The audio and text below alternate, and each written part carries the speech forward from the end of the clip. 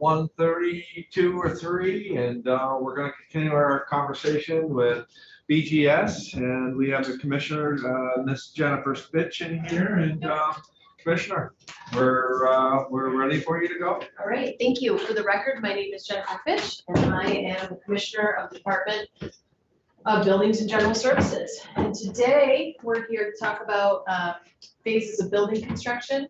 And this is really to just give a foundation for when we come in and testify, because oftentimes one of the most popular questions we get is, where are you at in the process? And so this is going to just be project management, scheduling 101, and we can go through it fairly quickly. Happy to answer any and all questions that you have. So the first really high level point, when you're talking about project management, and I think I said this yesterday, I was a project manager for V-Trans for about 5 years or so. So I've had some experience in the field. And there's 3 really important legs of the stool. And one is schedule, one is cost, and one is quality. And so all 3 of those things are important, but each one of those things impacts the other 2. So for instance, if I rush a project and I get it out the door really quickly and I don't do my due diligence, quality will suffer. And you'll end up getting a lot of change orders in the field because we haven't thoroughly vetted all of our design plans. So that's how quality impacts cost. And it's going to take me longer to build it because now I have all these unanticipated change orders that I now have to deal with in the field, and those things take time. Today, the leg of the stool we'll be talking about is project scheduling. And really, we're going to start in planning and go all the way through construction. So Joe Angel will be joining us. I will tell you that planning is my favorite part of the project delivery process, and I would argue is the most important part. Oftentimes when we come in here, as part of the project development that we've talked about and going through the capital bill, it all has to start with a cost estimate. Okay, how did you arrive at that cost estimate? Many times in the past, we would do that using a back of the napkin estimate. So we know approximately, square foot costs based on projects that we've done, but we don't really know a lot of information yet. So to some extent, it's throwing spaghetti on the wall. It is experience because we have somebody who has been doing this for 40 years, as he said yesterday.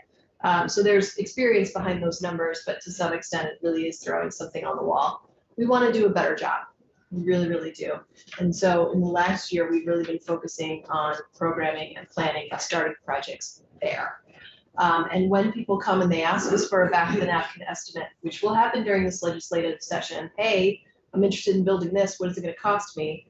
I'm going to try as hard as I can to have Joe resist answering that question and say, well, we really need to, put some eyes on it and understand what the project requirements are.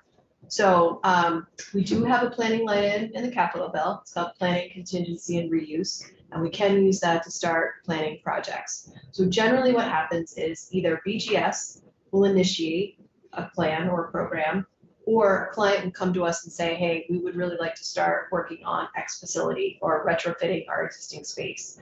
We can use those planning dollars to start those projects. A good example of that is I'm really focused on vacant space in the state right now for state-owned buildings. We have some in Rutland. We have a large suite in Rutland in the Asa Bloomer building. Federal Social Security moved out of there a couple of years ago, and it's just sitting there vacant. And if we can move state employees that are in lease space and collapse them into state-owned space, that's our goal. We really want to have people in state-owned space. And it's just sort of sitting there and it's not doing anything. So that's a great example of a project that I initiated because I said, okay, what is the future plan for this vacant space? Who can we bring into it? So we have started that planning effort. The same thing with 109, which I know was here several years ago. It was subsequently removed. We are starting that back up again. But when the Department of Libraries moved out of what we call the connector, which is between buildings 109, where the governor's office is, and 111 State Street, which is where the Supreme Court is, they moved out of the connector, which is in between, and they moved out of the stack area.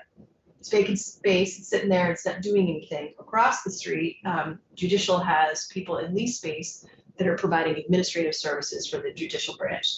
Ideally, they'd like to bring those people across the street and co-locate them in the Supreme Court. Great, we'd love to do that. We have stacks that we have to remove from that area that are structural to the building. So it's not as easy as to say, hey, we can just go in there and do a quick retrofit. It will require some funding from the capital bill to fit out that space. But those are examples of ones that we're leading. We may have, for example, the Department of Public Safety has come to us recently and said, hey, we don't have adequate space for our USAR and hazmat teams. Right now they're in Colchester. They are in VTrans space, and VTrans is saying, it's great, we were happy to house you while we could, but we need our space back. At the same time, USAR Hazmat is saying, yep, and the space, and we're very grateful that you gave us the space, but this space is not meeting our needs. So we also need to find another solution. So we have been working with them to figure out what those planning and programming requirements are, which is really just sitting around the table and saying, what do you need?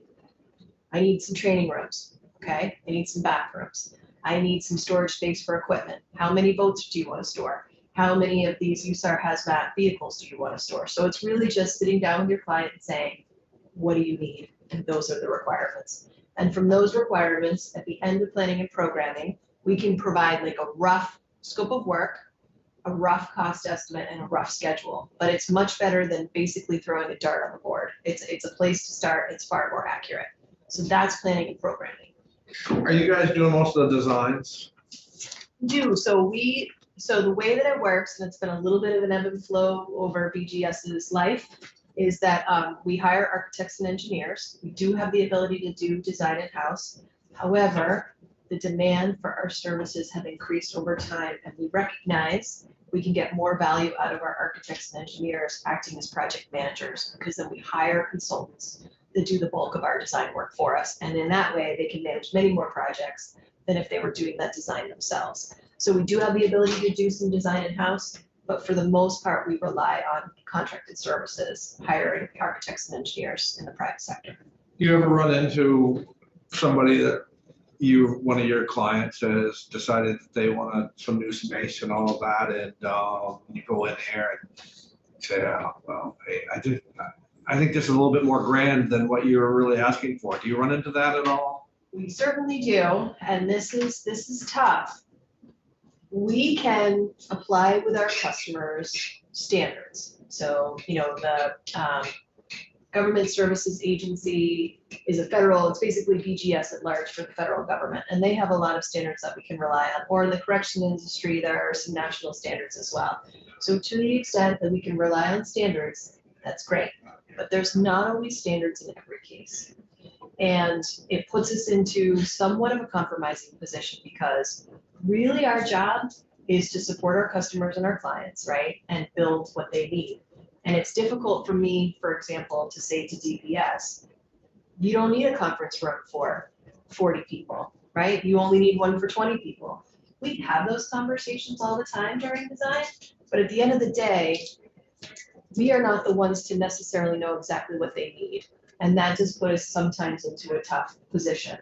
We do work with the administration at times when we need to. It's pretty rare, but we do work with the administration at times when they say, hey, gee, we believe that this building may be a little excessive. We believe there's some opportunities to reduce the cost. We've worked with our client and we can't seem to come to a compromise. In those very rare cases, the administration will get involved. My boss, for example, Secretary Clusser, and help us navigate those crossroads when we get there. Usually it's a conversation between me and the other commissioner, and we are able to come to some kind of mutual agreement. But it is challenging, for sure.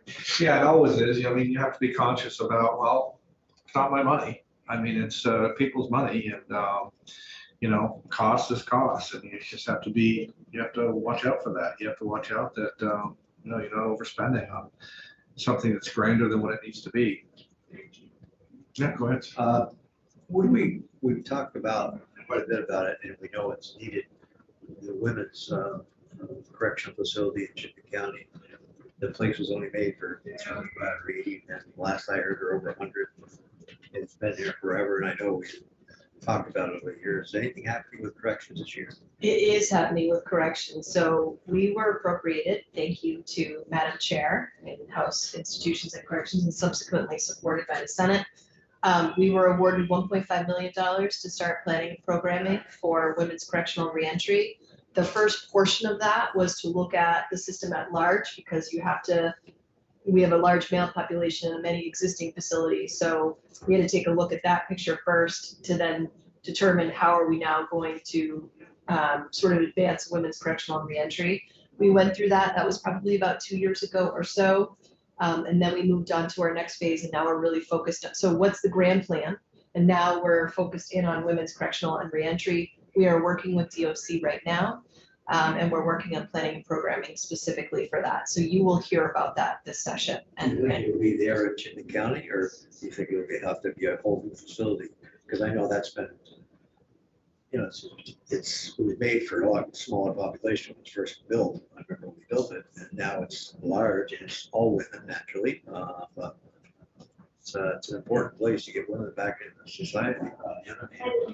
Places of erect, I guess. Yeah, so the existing facility is old and it's antiquated. So, and we believe that the footprint would be too small if we were going to rebuild a new women's correctional facility for them in that location. So we are looking at other locations in the state where we have a larger land parcel to build on. But you are getting some pressures to build a smaller building anyways, correct? I mean, you were, they were forecasting the numbers to be higher than what they are today. And I kind of heard some figures that they were talking about building about the same size structure with the same amount of beds, with the hopes that some of these revisionary looks into justice would reduce the population versus with what society has deemed to be to be put into prison for. If we look at the big picture is we should have all our folks back in Vermont from out of state. That's the goal, I think. I know there's still a couple hundred out of state, and that's men. I don't think they're women. I think they're all men out of I state. think the women are in state, but I'm not. Yeah, I thought they were all in state, but we need, you know, we talked about this 4 or 5 years ago. It was killed because nobody wanted to address the fact that it's a big project to build a new facility. Because number one, you got to find a community that wants it. As you know, what you're going through with where it is now, the juvenile detention center. But it is something we got to address sooner rather than later, because it's going to take 2 or 3 years to get permitting and buy the land. But we're in, like I said, my goal, I told them day one, is get everybody back from one with their families and start getting out in society, because they're all going to get out sooner or later. And when you're out of state, it doesn't make a good deal. We've whittled that number down. I don't know what there is now. It's probably a couple hundred out of state. I'm not sure of the number. It does fluctuate. Yeah, it does fluctuate. But I know it's a big nut to crack. And, but right now, I know the women's has to be addressed, because that place was never made for that. At one time, I remember we used to have as low as 40 to 50 women incarcerated. Last year, we were over 100, 130 or something. And that facility is not made for that amount of people. Especially when our goal is to get them out in society and work. That was the idea of having a women's facility in Chittenden County, so that they could get out and work, get trained before they get released, get them on, because sooner or later they're going to get out. I mean, let's face it. But I know it's not your job, the policy part, the building part. It's going to be a big nut to crack. It is, and to your point, women's reentry is all about transition, right, back into the community. Right. And we visited Maine and New Hampshire, who both have reentry facilities. The one in Maine, they're both great, but I love the one in Maine. And you know, during the day, to your point, the women go out and they work, or they may spend time with their family, or they may just take a trip to a Home Depot, you know, just to sort of get back out into the community, and how does that feel? And so reentry definitely has to be located in an area where, you know, they can go out and work, and things are in close proximity. You know, because you want to get families together. Most of them got children, and you like to be able to see their children, you know, often. That's my 2 cents. It's an important issue, and I've always felt really strong about it. But I know we tried it a few years ago, didn't go anywhere because it was an anti-movement to build new facilities, but it's not going to go away. Yeah, and I would also say the Chittenden County or Chittenden Correctional Facility was meant to flow and function in a certain way. And over time, they've been changing the way in which they use it. And now it doesn't function very well. So a good example of that is they have their kitchen, but then their freezer now is in a completely separate part of the building, where it really should be next to the kitchen. So when they want to go access the freezer, right, they have to go all the way down the hall, basically in the back of the building, and bring it back again. That's not very efficient. The other thing that's really lacking in that building is programming space. Sure. They just don't have it. Years ago, it was built, there wasn't any such thing as programming. I mean, they just housed them. It was a prison, that's the men facility. Detention center, I think, was its original Yeah. configuration, so it was a drunk tank. It doesn't do anything to, I feel bad for the people. I mean, I know they're in there for a reason, but a lot of it's drug, alcohol related, so they need help. And, unless you have some program to help them, you're gonna turn out the same product, that's just, but. I will give a shout out to DOC because we visited them recently and they are trying to make the most of that Oh, sure. facility where they can. They have created some programming space. It's obviously not enough, but it's something. And they've been working on basically creating a wing in that facility that is somewhat like a reentry facility. So it's lighter, it's brighter, bright paint colors, different things that make it warmer. And so the idea is that's an incentive, right? You want to be in that location. They have some more cozy furniture in that location, things like that. So they're trying to kind of create or start that model with what they have, which is not ideal. But I do think they're making the best of what they have. No, I know, they've been struggling. There's no criticism towards anyone. It's a big issue that we have to address sometime. Unfortunately, the people that feel the pain of that are the people that need the help the most, right? That's right. People that are That's right. incarcerated that are trying to. What I've learned is, 90% of them are gonna come back out. I mean, they're gonna be in society. We wanna make sure they're prepared for society.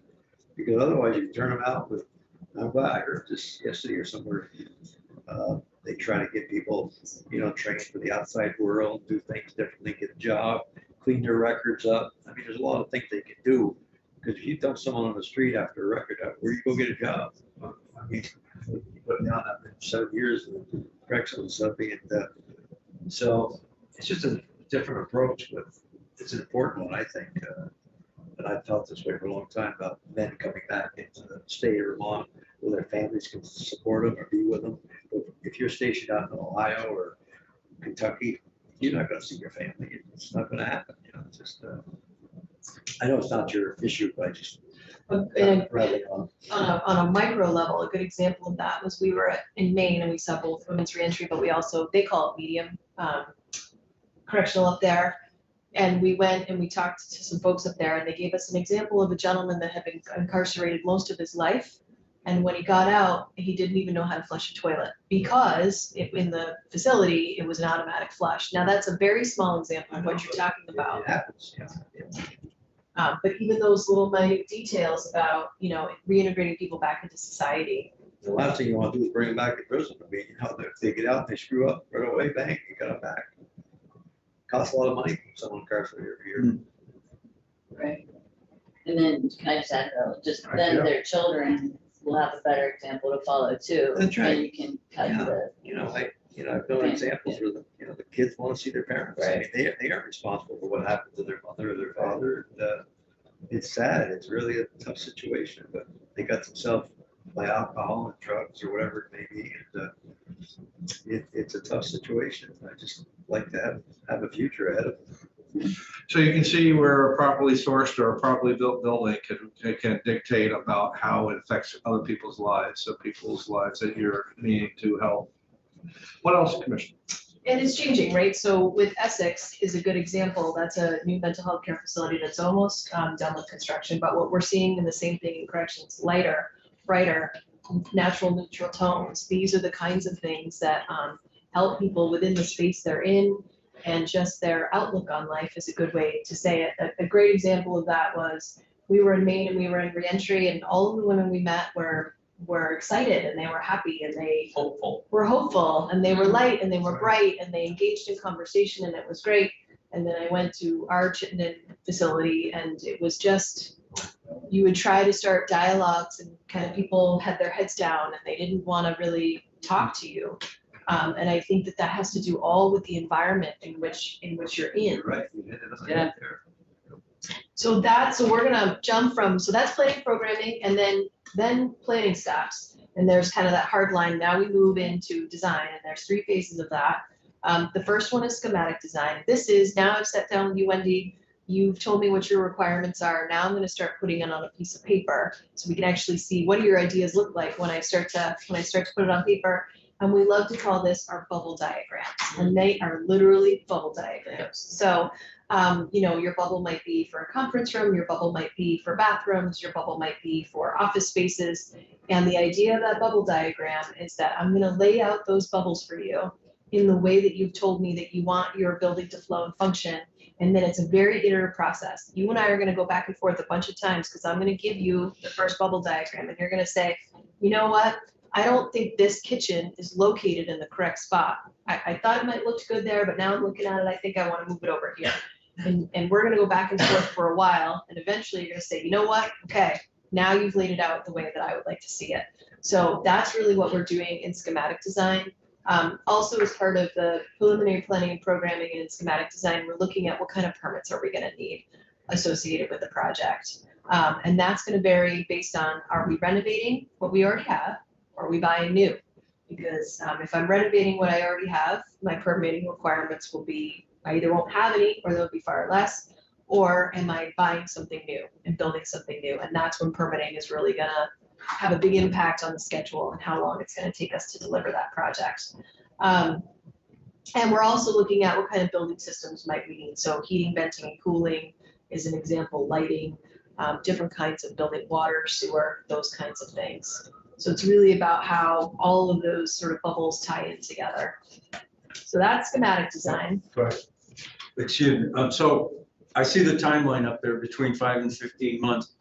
Is that based on the fact that you have sort of an average number of projects all going on at the same time? In other words, if there was just one project, you probably wouldn't need 15 months to. Well, I'm sorry. There are, that's a great question. And there are a whole host of things that impact whether it takes 5 months to get through it or 15 months.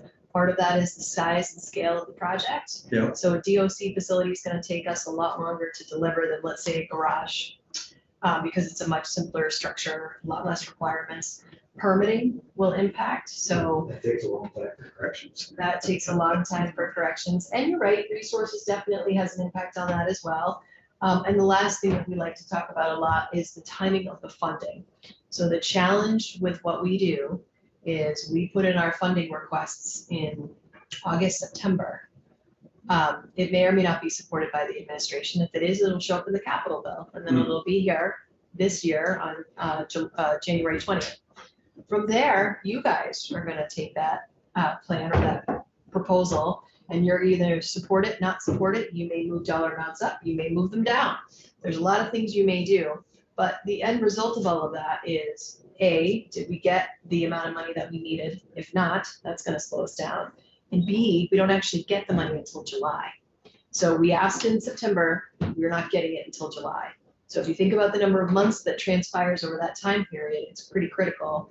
And that's why we have to be very strategic about what we're asking for in a certain biennium, because we know there'll be a hold point in between those years. And so that becomes a little bit of a tricky balance. We do the best job we can on that. Ideally, we like to spend as we go, so only asking for the money in that year we believe we will spend.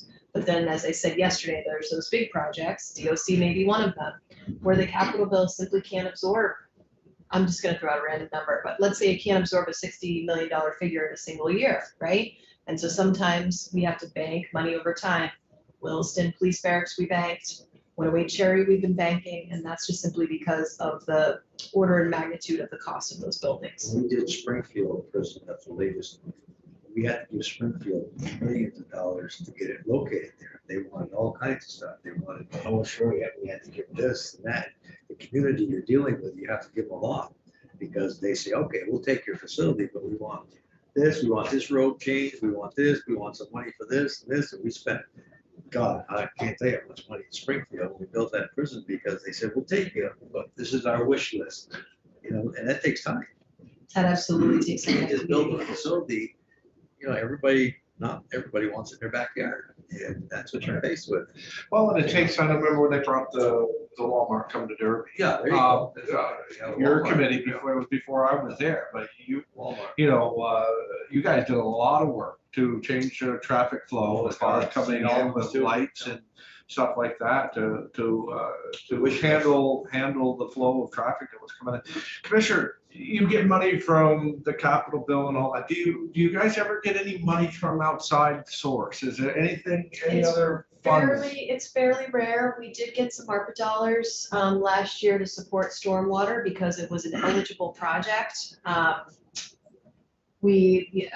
sure Secretary Clouser or her team will talk more about this. They've been trying to start a cash fund, which is brand new as of last year, and so that's general funded dollars. So they're starting to look creatively at accessing different types of funding amounts, but traditionally, we take all our funding from the capital bill. So then we move on to design development. And this is really where we're refining those plans, specifications, and the project estimate.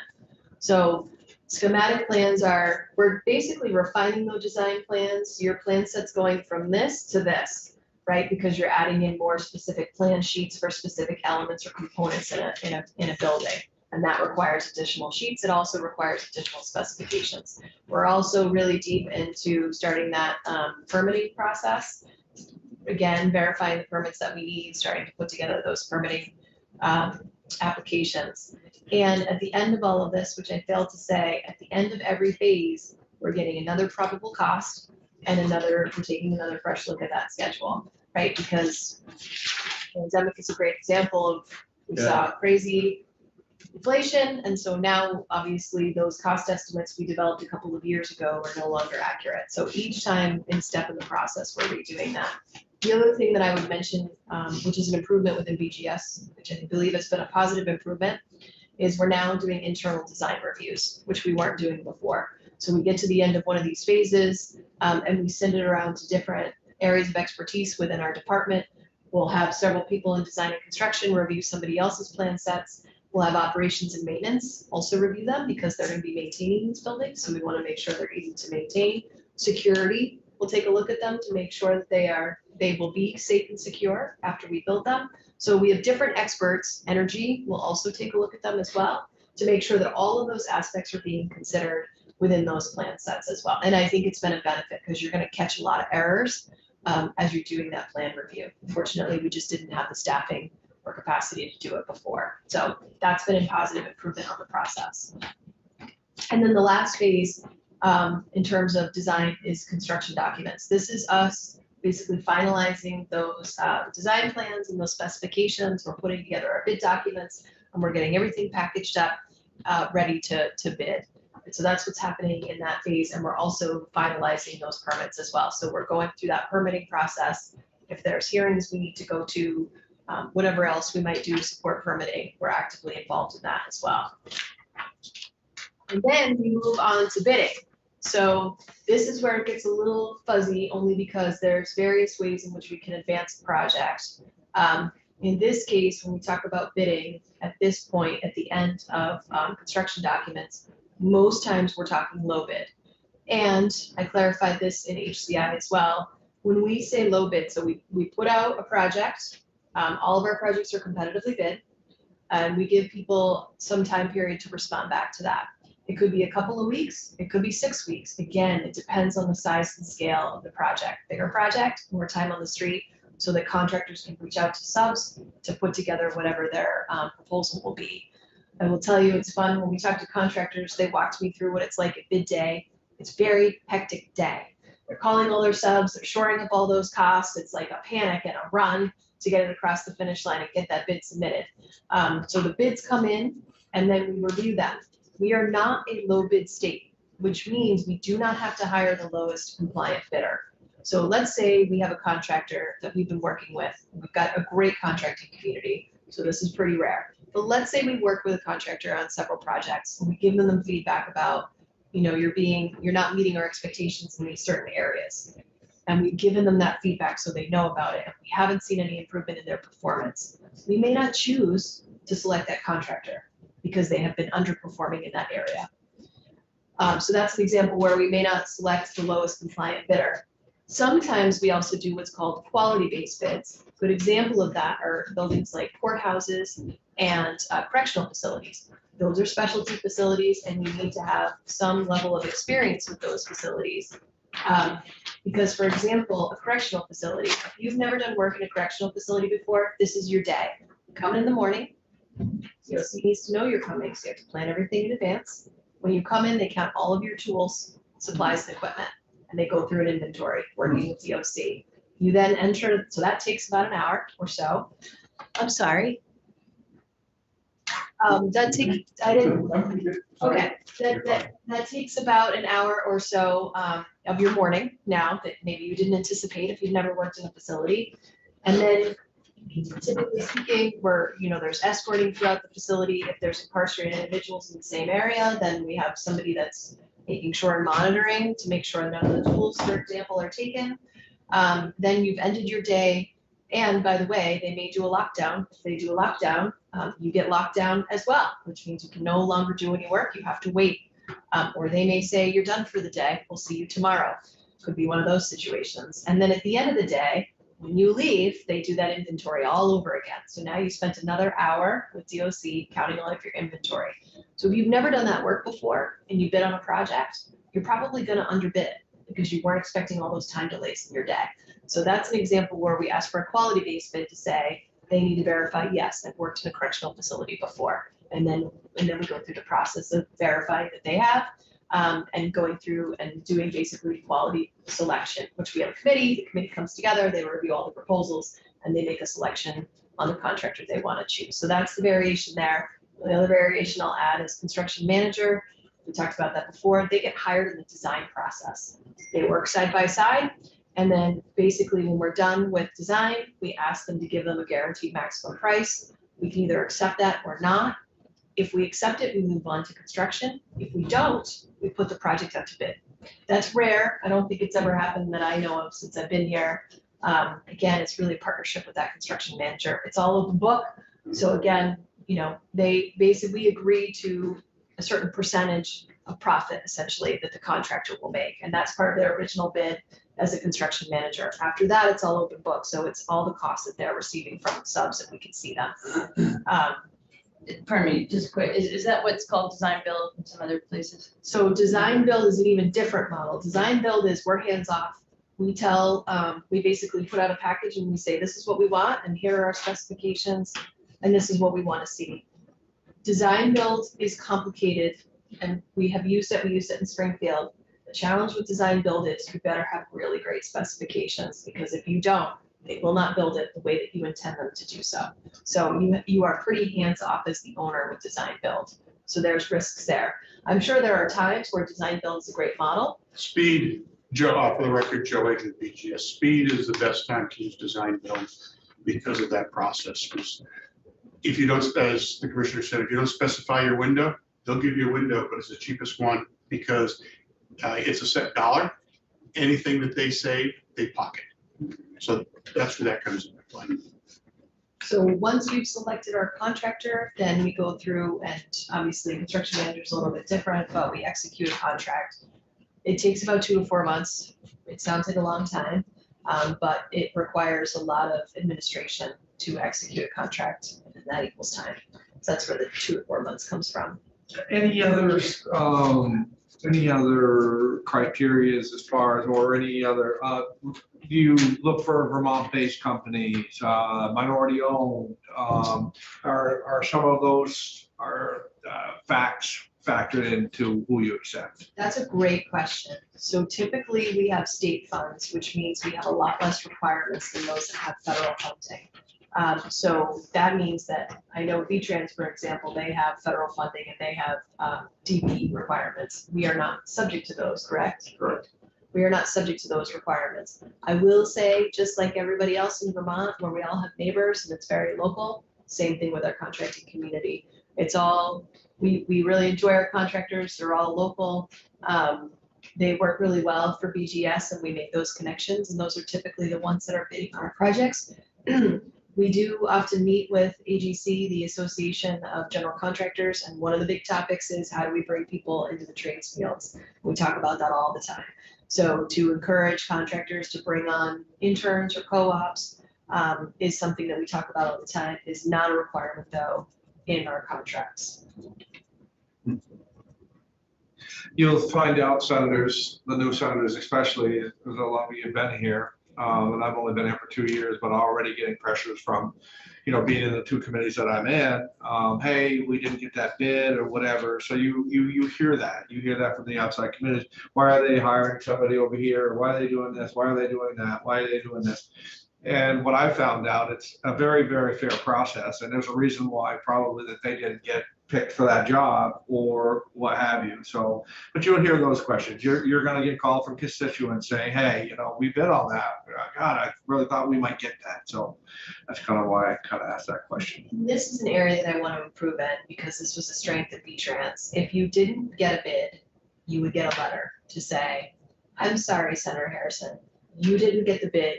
If you want an opportunity to come in and talk with us about why you didn't get the bid and how you could improve your bid in the future, we're happy to do that. The Office of Purchasing and Contracting doesn't do it that way.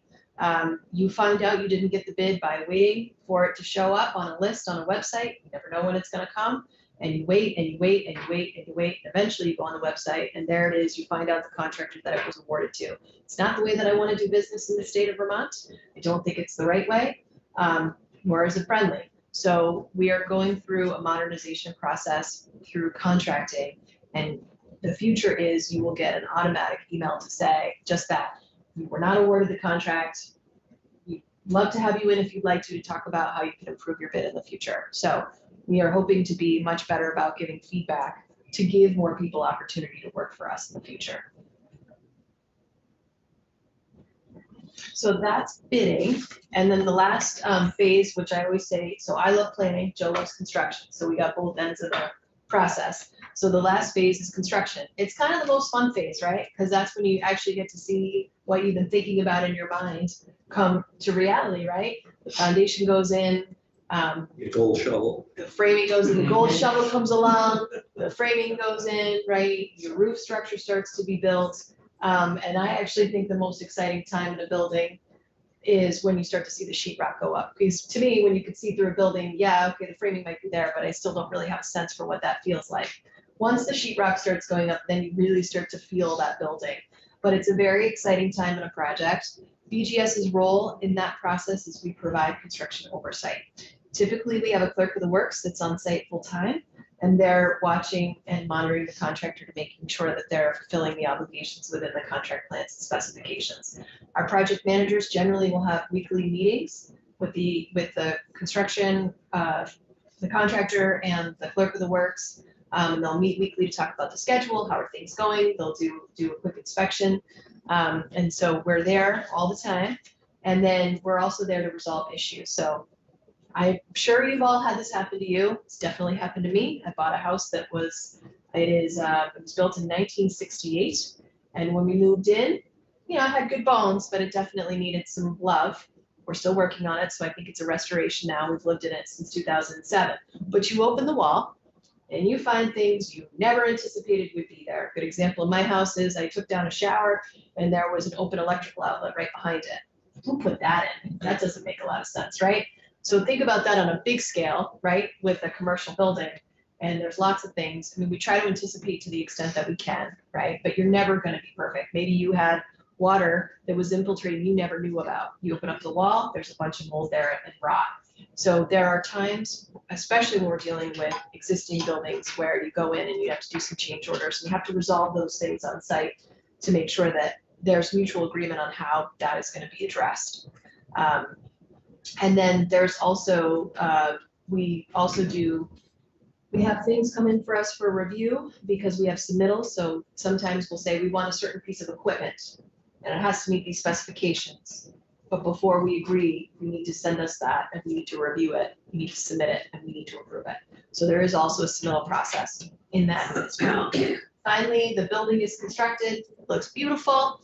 Our clients are very happy. And we get to the point where we are working on trying to get occupancy of the building, and that comes from fire safety. So the Department of Fire Safety comes in, they look at the space, they determine that it meets all code requirements, and then they'll give you occupancy. You cannot move into the building until you have that certificate. So that's a pretty important milestone. The other thing that we do is we'll do a final walkthrough, similar to what V-Trans does. You'll find little things that need to be addressed. Maybe there was a dent in the wall and that needs to be addressed. Maybe there's something in the wrong location that needs to be addressed. So those are little things that we want to shore up at the very end. Finally, we get to substantial completion, and we also do commissioning. So commissioning is, we put a bunch of systems in a building. Now we need to make sure that they function the way that they're supposed to.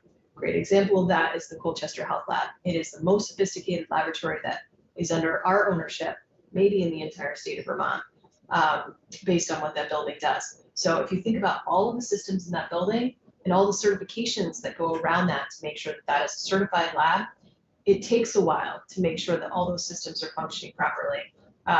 So the commissioning is a pretty important part. General office space, I can spend a lot of time commissioning.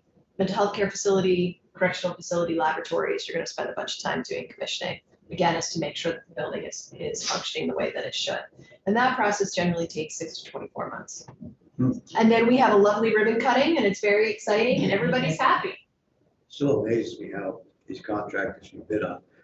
I have the drawbridge in my district, Grand Algebra, you know, 90 million or $100 million it was. You know, how they come up with that figure. I mean, it takes a lot of planning to figure a 3-year bid. How you come up with that kind of numbers. I mean, So many they had to variables. tear one bridge down, put a substitute bridge, a temporary bridge, and build the road, tear the temporary bridge down. And it amazes me how the time that goes into figuring that out. I mean, to come up with that kind of number. I mean, you're talking 3-year project. What if you're off 10 million or something? You know, I mean, it's crazy. And it always amazes me when I see these bids go out for that kind of money because, you know, it takes up. Everything has to be documented. How much concrete, how deep you go, I mean, the wiring, oh my God, it's just, every time I drive by that, I say, how do you come up with a price? Because you're talking 3 years in advance, you know, like that bridge is going on for 3 years. Just like the Underhill, the underpass, Middlebury, same way. Yeah. You had to go through Middlebury with that For the underpass. tunnel. Yeah, I mean, you're talking another $170, $80 million. Wow, I mean, it takes a lot of brains to come up with that because it's, I don't know, especially if you're a contractor that you came in 10 million less, for example, you know, what did that guy figure that I didn't figure? Yeah, that's right. I left 10 million on the table. Yeah, I knew one company left about 30 million That's on what the I'm saying. table. And they How all do you went, wake up in the morning and say, what did they do? Yeah. Senator, go ahead. our guy, Jonathan, who you met yesterday, Yeah. was in here. Middlebury Tunnel was his project. Was it? Oh, no kidding. Really? Yeah, That was Yeah. interesting to find that. Oh, you do all kinds of big jobs too. I mean, it's, Yes, well, when it starts on that back of the napkin estimate, works Yeah. its way through, it's tough. and like you say, the second contractor who leaves his 5 million on the table or 10 million on the table, like you just said, so how do you? The low bidder goes, what did I forget? Yeah. You know? that estimator is clinched. Been through a few bid openings and I'm looking at the guy, oh my God, what did I do here? You know? Thank you, Mr. Chair. So, Commissioner, in the case where there's a federal building going up, like we have one in Rutland, I think it's the US Forestry office building right off Route 4. Do they intersect at all with your office, or is that just a separate track? Completely separate. It is. Even if they use Vermont, I assume they use Vermont contractors. I don't know if they did or not. You know the Yeah. building I'm talking I about? think Representative Harrison has been talking to me Yes. about this one. Yeah.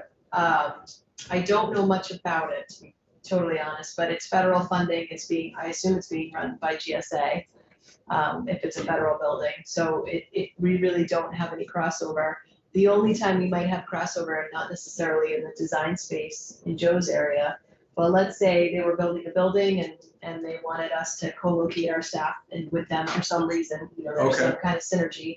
They may come to us and say, hey, we're gonna build this building and, we'd like to co-locate some state employees here for whatever reason. And then we would be talking about our requirements we talked about in the beginning, and we would be talking about what's the lease cost for us to be in that building. So they build it and we lease a portion of that building from them. Okay. You had said yesterday that a lot of what you guys do is maintenance. You just take care of buildings and all that stuff. Do you have a lot under construction right now? Do you have many? Yep.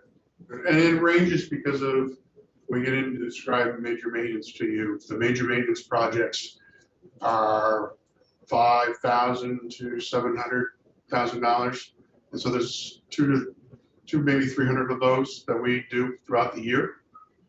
And so that, that is quite a few as opposed to the line items that you do see in the capital.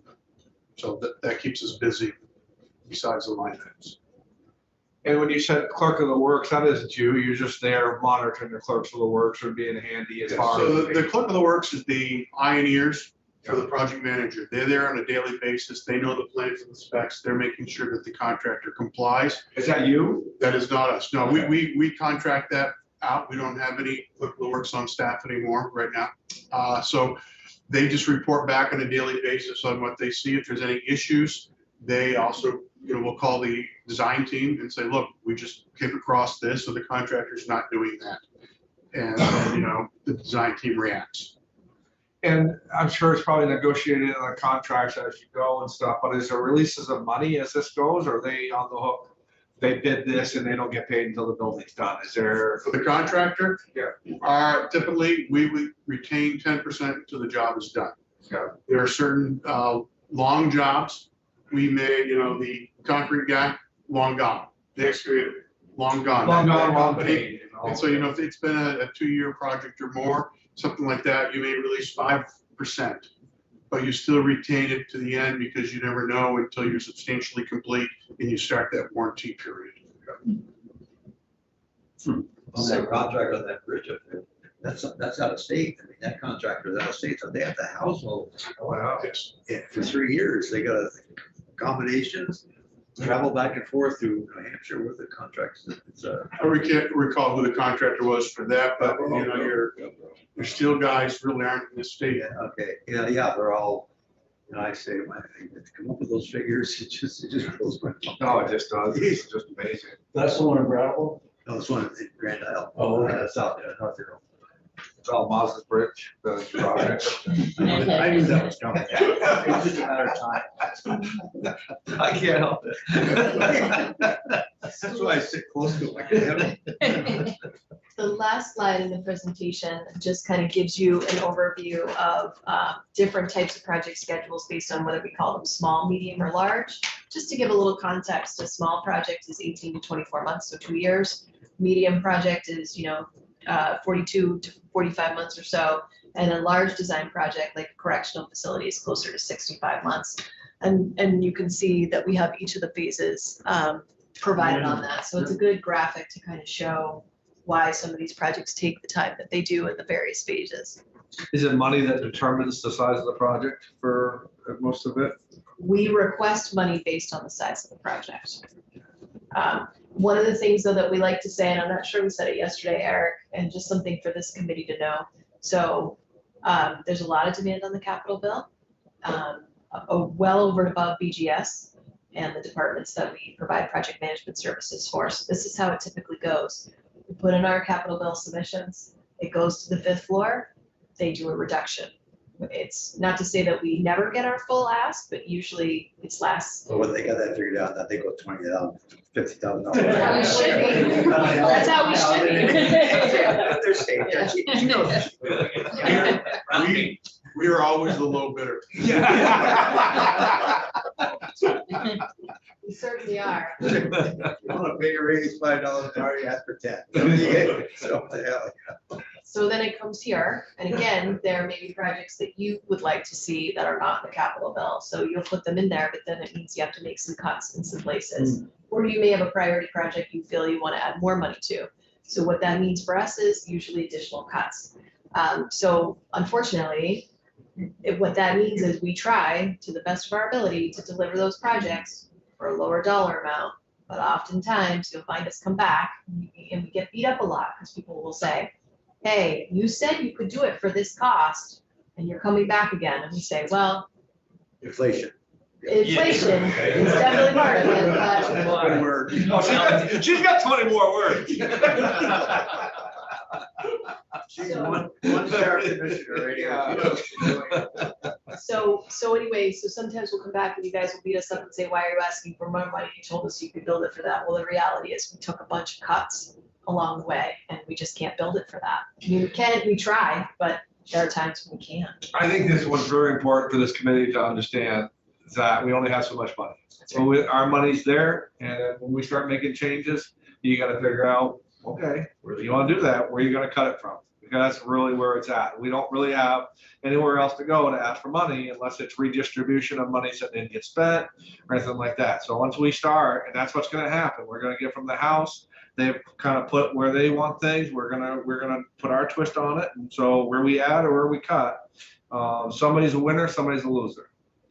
And we don't like to be the loser, but we understand where we are. We may not be happy about it though, but we understand.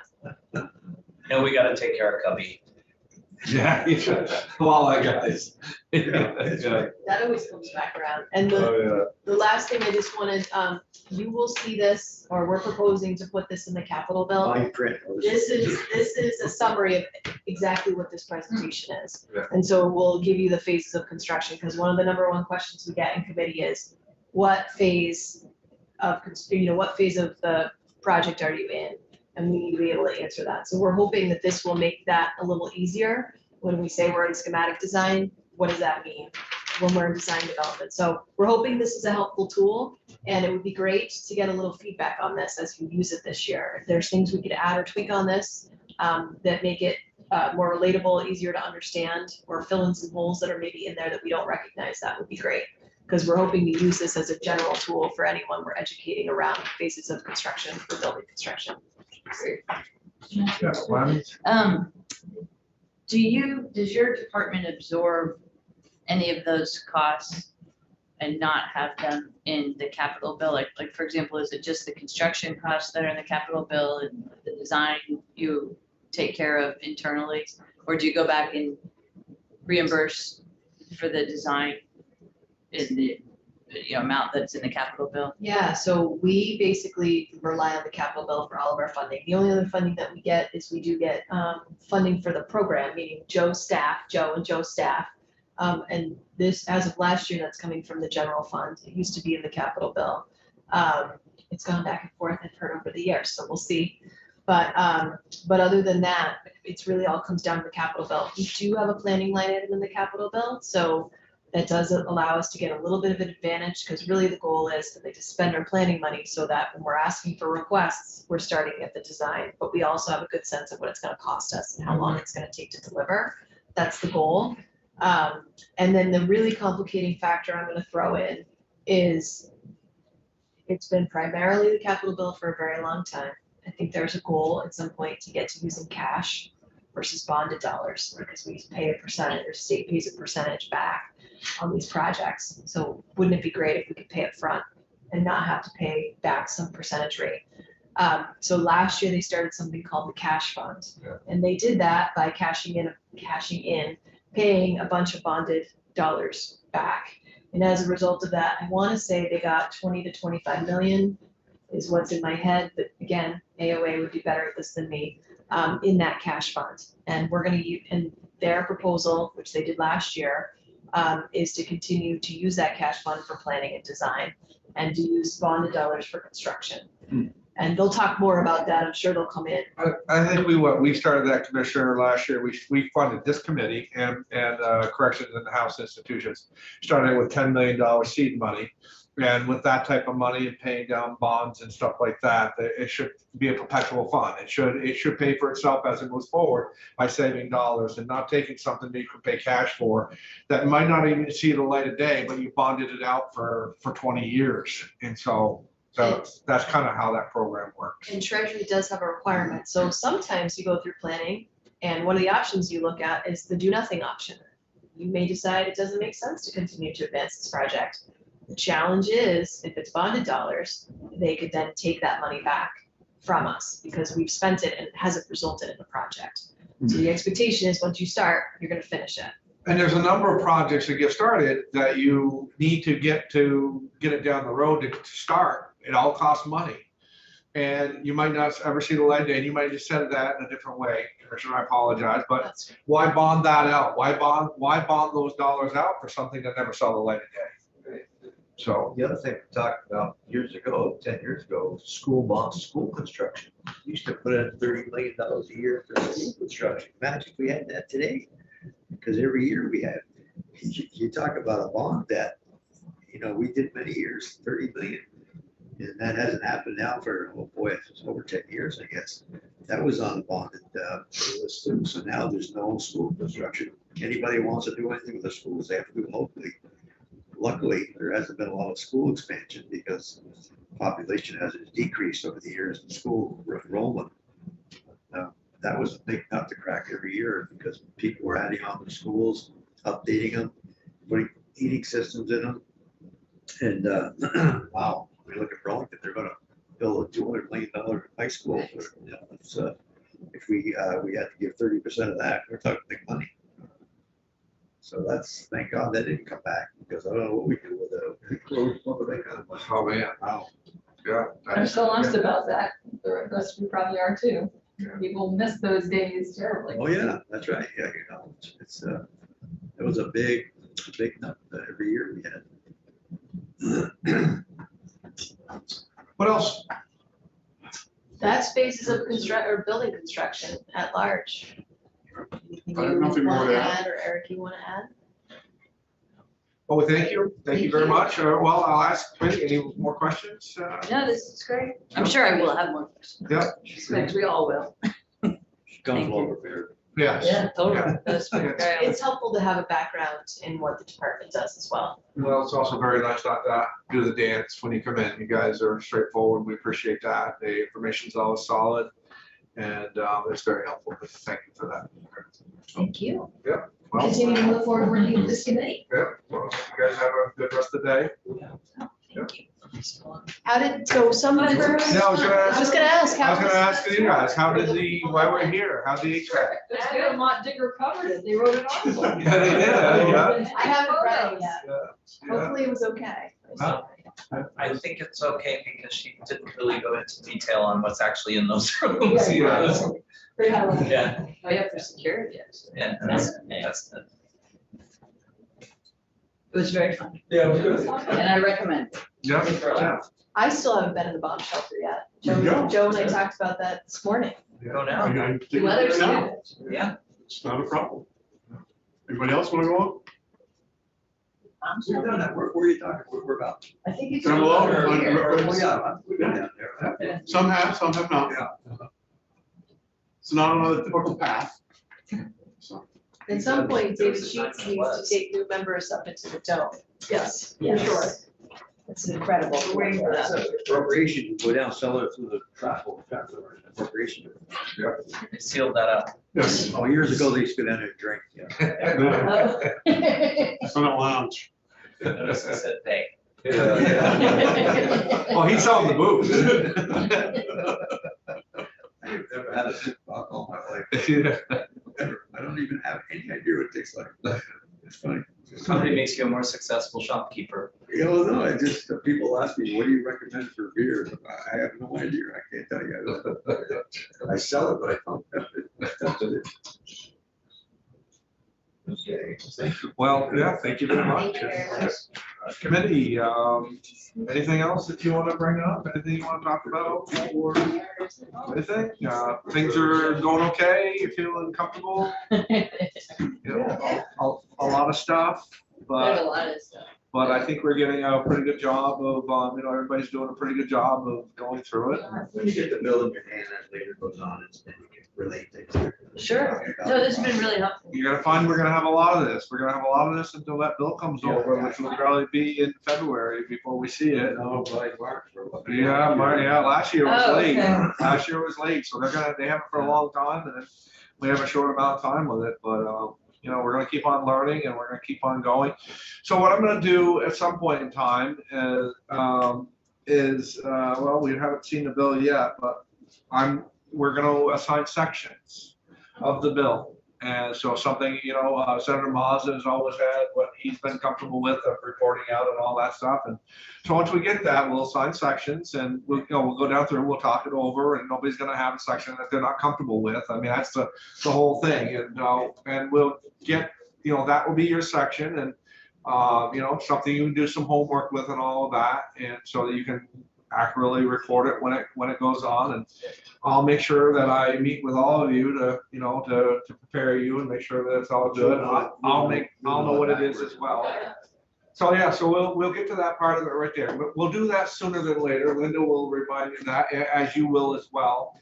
So that, we'll just be prepared. We can dive in deeper and to make sure that we're good moving forward. Good. Other than that, I think unless anybody has anything else, Eric, you have anything you want? Oh, nothing constructive, sir. Linda, you got anything to add? Okay, anybody else?